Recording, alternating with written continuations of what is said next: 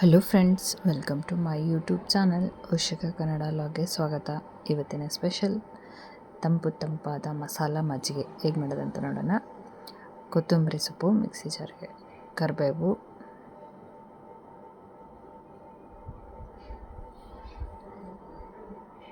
ಒಂದು ಸ್ಪೂನಷ್ಟು ಸಕ್ಕರೆ, ಮಜ್ಜಿಗೆ ಹುಳಿ ಇದ್ದರೆ ಕಡಿಮೆ ಆಗುತ್ತೆ ಹುಳಿ ಅಂಶ, ರುಚಿಗೆ ತಕ್ಕಷ್ಟು ಉಪ್ಪು,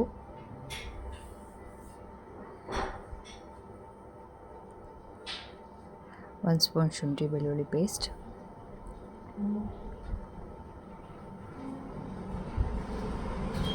ಇಂಗು ಸ್ವಲ್ಪ, ಮೊಸರು, ಇದಿಷ್ಟನ್ನು ಮಿಕ್ಸಿಗೆ ಹಾಕ್ಕೊಳ್ಳೋಣ. ಮಸಾಲ ಮಜ್ಜಿಗೆ ರೆಡಿಯಾಗಿದೆ. ಟೇಸ್ಟು ಕೂಡ ತುಂಬ ಚೆನ್ನಾಗಿರುತ್ತೆ. ನೀವು ಒಂದ್ಸರಿ ಟ್ರೈ ಮಾಡಿ, ತುಂಬ ಇಷ್ಟಪಡ್ತೀರಾ ಈ ಥರ ಮಸಾಲ ಮಜ್ಜಿಗೆನ. ಬೇಸಿಗೆ ಕಾಲಕ್ಕೆ ತಂಪಾದ ಮಸಾಲ ಮಜ್ಜಿಗೆ ರೆಡಿ. ಫ್ರೆಂಡ್ಸ್, ಈ ವಿಡಿಯೋ ಇಷ್ಟ ಆಗಿದ್ದಲ್ಲಿ ಲೈಕ್ ಮಾಡಿ, ಕಮೆಂಟ್ ಮಾಡಿ, ಫ್ರೆಂಡ್ಸ್ ಆ್ಯಂಡ್ ಫ್ಯಾಮಿಲಿಗೆ ಶೇರ್ ಮಾಡಿ.